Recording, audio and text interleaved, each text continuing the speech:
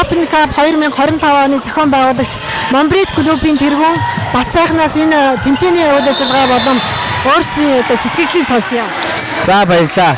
За манай Монбрид Open 2025 тэмцээн уламжлал өсөөрөө энэ Mobile Sports Center 2 өдөр амжилттай эхэллээ. Өнөөдөр бол маргааш дүн гарч аварга тодорно. Энэ жилийн манай Монбрид Open тэмцээний онцлог нь гэх юм бол гадны улсуудаас 3 баг ирж байгаа. Мөн бусад багуудад бол гадны легионер тамирчдыг бол ирж оролцож байгаагаар их онцлог болж байна.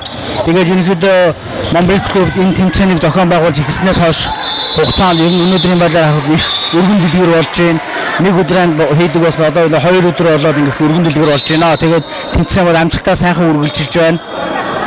За баярлалаа. Тэгээд ерөнхийдөө ингээд харахад их залуучууд их тоглодог болсон шиг байна тийм ээ. Тийм. Энэ загсан бүг гэдэг бол ер нь монголчуудын ер нь бас номер 1 2 3-т байдаг спорт. Тийм болохоор одоо манай энэ англи улсад амьдардаг залуучууд мөн манай хажууд байгаа нь Ирланд улсаас бас баг тамирчид орж залуучууд бол их өргөн дэлгэр оролцож байна. Тийм байна.